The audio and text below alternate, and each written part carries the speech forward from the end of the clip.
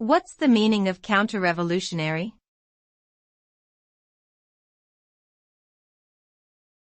Counter-revolutionary.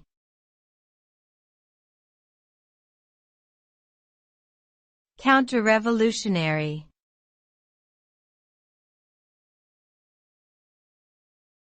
Counter-revolutionary.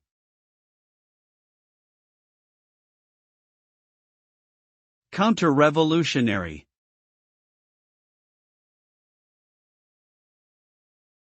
Counter-revolutionary is a term used to describe individuals who oppose or resist a revolution and attempt to restore the previous regime or social order. In the context of communist revolutions, those labeled as counter-revolutionary were often subject to arrest, imprisonment, or execution. This term was commonly used during the Chinese Communist Revolution and the Cultural Revolution.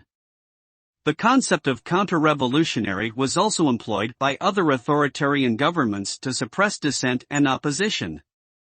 Overall, the label of counter-revolutionary had severe consequences for those it was applied to.